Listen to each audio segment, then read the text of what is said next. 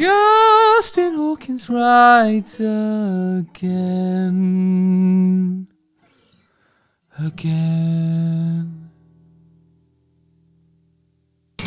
Good day to you. It is I, Justin Hawkins.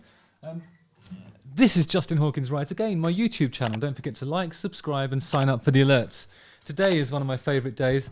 It's part of the sort of dad rock introduction series, but I don't think the artist that I'm going to be discussing today needs any introduction. I'm going to be talking about Bryan Adams, but not Bryan Adams and pulling some of those remarkable moments from his oeuvre and saying, listen to this one, it was on the Robin Hood soundtrack, or listen to this one, it's that one that he did with Sting and who was the other one? And Rod Stewart, about Musketeers and all that. I mean, listen to all these. One of my favourite Bryan Adams albums is the MTV Unplugged. There's some really imaginative and detailed arrangements of those songs that were, some of them were quite simple songs, but they just sound so beautiful with the, I don't know what they are. What are these reed instruments? Like clarinets, maybe? Violins, viola, all that stuff. It's just, that's a really good listen, but I'm not going to talk about that album either.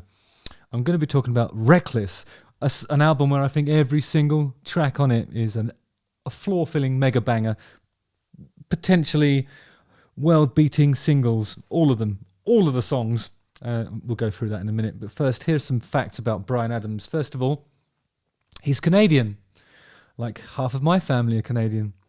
After he dropped out of school, he used the money his parents saved for his education to buy a grand piano. Wow, that's dedication. I mean, he's a smart guy. Have you seen his photography? He's very clever.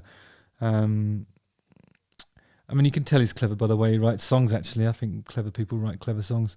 He's sold between 75 and 100 million records and singles worldwide, making him one of the best-selling music artists of all time. And you can't begrudge him any one of that. If anything, I think it should be more. Let's double it. Everyone go and buy a Bryan Adams album. Buy Reckless, even if you've got a copy of it already. Get another one for the office or, a tape for the car. Do people still do that? Probably not. Before he launched his solo career, he played in a Vancouver glam rock band called Sweeney Todd. So, I mean, that voice in a glam rock band, imagine it. He was originally going to call his second album Bryan Adams Hasn't Heard of You Either.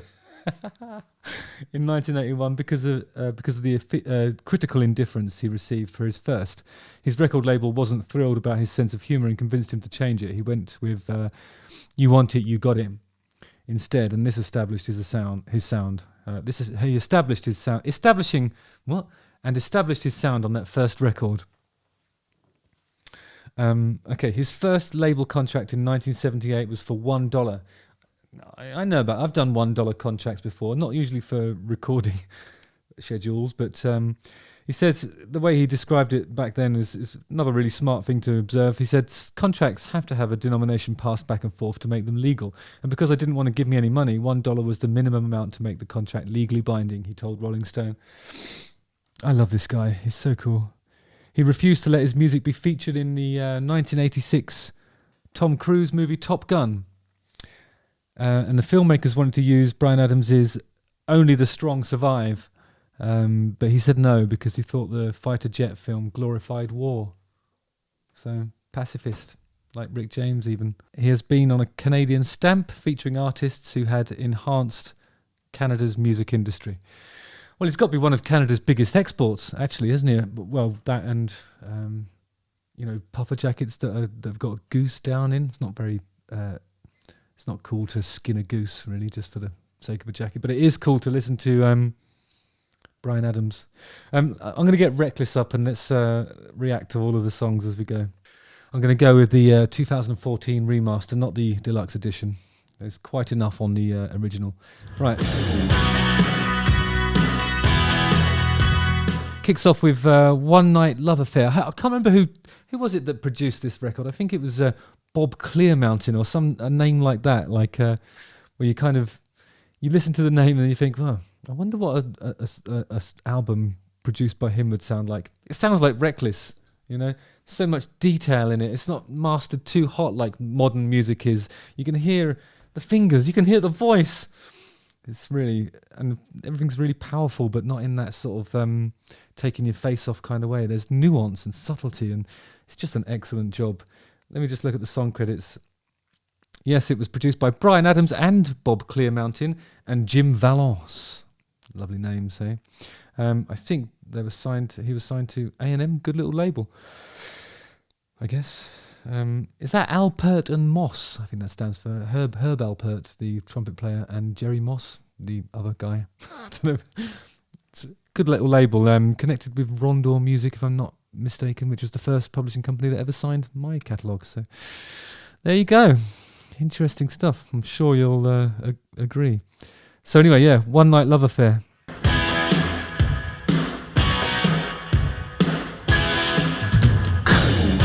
One night love affair, trying to make like we don't care. And at the end of that song, he's got these bits where he's going, oh yeah. And it's just some really great scatting. Is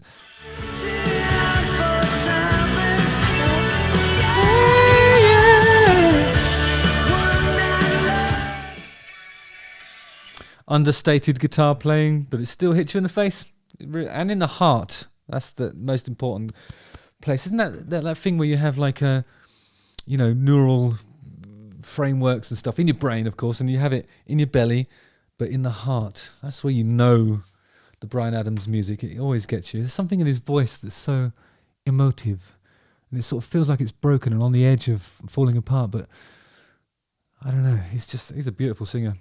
A beautiful man with a beautiful singing voice.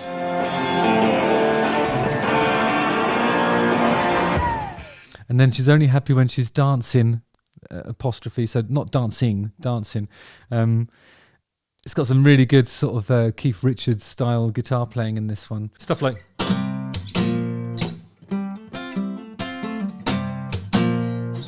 that kind of stuff, it's big, it's ballsy, it's rock and roll music.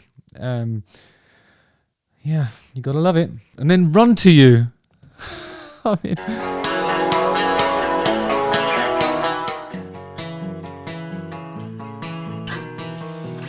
mean, I don't think there are many artists that have written so many songs that I've just gone and said, well, I wish I'd written that. Run to You is one of them.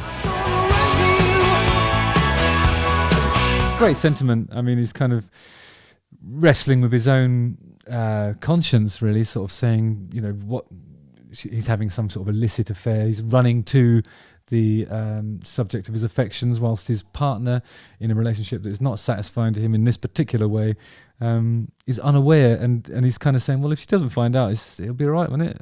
Right, guys? But everyone knows that stuff comes to bite you on the arse eventually. So the whole song has a sort of sense of foreboding, like he knows it's going to go and blow up in his face, and I'm sure eventually it does. But this is a great example of a song that captures a moment in time, especially in a relationship. And there aren't many writers who can do it better than Bryan Adams. I say that about him as a bass player, him as a guitarist, him as a singer. And a producer, evidently. I didn't know about that, actually. That's cool. Oh, thinking about our younger years. Heaven is one of those ballads that... I know it's been covered in it.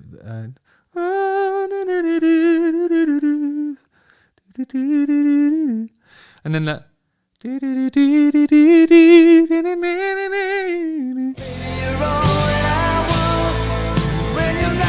When you're lying in, finding it hard to believe I'm in heaven. Or we're in heaven. Don't know, is it we or us? Who knows?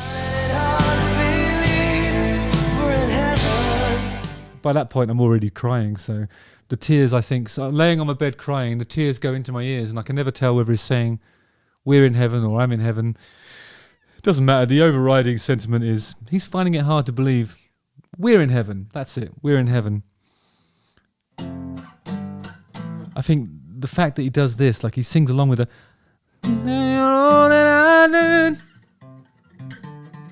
he's doing the fifths on these three chords. And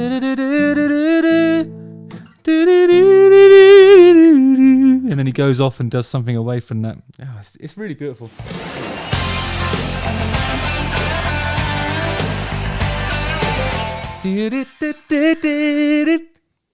Wow, wow, wow, wow, wow. Oh, no. So, somebody. It actually sort of has a little bit of that sort of, you know, Fleetwood Mac Tango in the Night era stuff.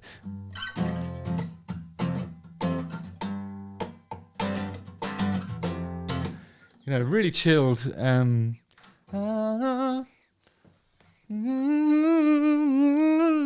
I remember I did a cover version of that with my friend Bryan Langan at some point. I think I was playing guitar, Bryan singing. Beautiful stuff.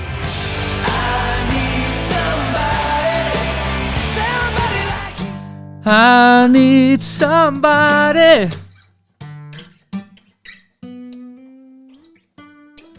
Somebody like you. Great. Just a great song. Great groove. I wish I'd written it actually. I got my first real six string. Ah.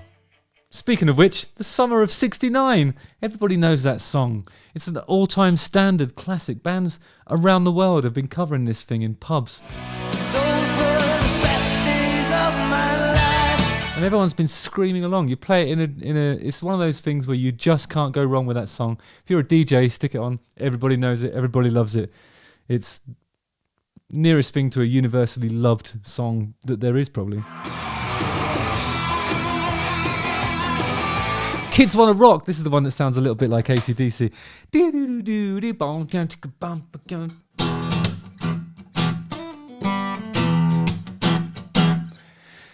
Everywhere I go, the kids wanna rock.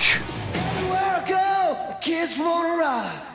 Kids do want to rock, don't they? I think he's already in that song, and it's, bear in mind that the year is what? How long ago was this now? 1984. So in 1984, he was lamenting disco and saying about all these other kinds of music that was pop and stuff that was on the radio that was pissing him off because all he wanted to do was rock, and everybody he knew wanted to rock. Everywhere he went, kids wanted to rock. So even back then, he was doing what I'm doing now and moaning about how shit music is.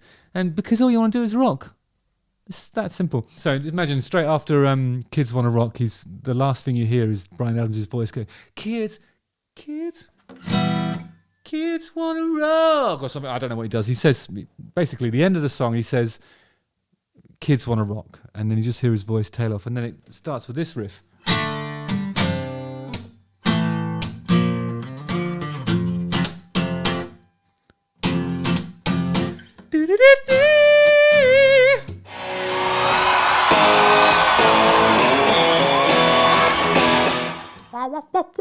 You know, massive guitar solo. It starts off with a guitar solo. Who could ask for more? Great big riff.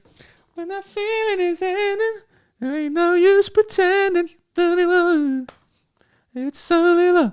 And then, as if listening to Bryan Adams playing over a riff like that isn't enough, in comes Tina Turner, screeching over it. It's fucking amazing. Last words have been spoken. On and on. It's a great duet. I think it might be my favourite of the sort of male-female rock duets. It's a great moment on that record, and Tina Turner's cameo is just astounding.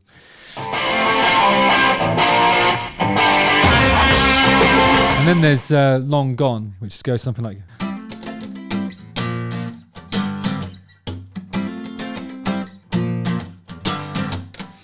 and I think he's talking about something like a divorce or something. He's talking about... Yeah, so he's talking about a phone call with his presumably wife's lawyer.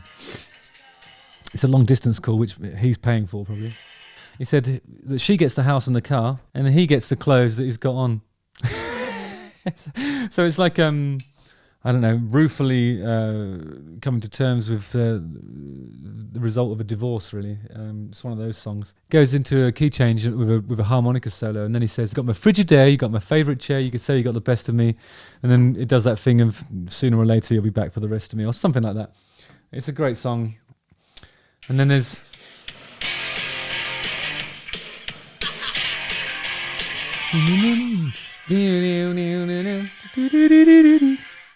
Yeah, Ain't Gonna Cry. I ain't gonna cry over you. Great sentiment, defiant, nice way to drive it home after he's been moaning about the divorce and everything.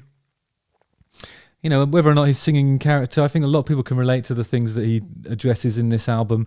It's he's obviously a decent guy. I mean, look at that situation with the Top Gun. I mean, he even refused the opportunity to have a song in a Tom Cruise movie at a time when every songwriter in the world was probably, you know, climbing over each other to get a song in that. And he just didn't want it because it didn't agree with his anti-war sort of leanings. You've got to love this guy. I've never heard him say anything that I didn't agree with, and I love all of his songs. And there's a few bangers on this record. So do yourself a favour, listen to Reckless by Bryan Adams. You will not be disappointed because it's the best album. Oh God, 1984 must have been an amazing year for music. I'll do another one from that year soon. Best album that I can think of in this exact moment because my mind's just gone blank. But I love Bryan Adams and I love Reckless. You will too. Cheers. Justin Hawkins rides again.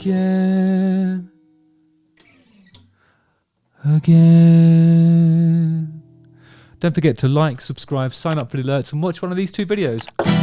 Nice one. Cheers.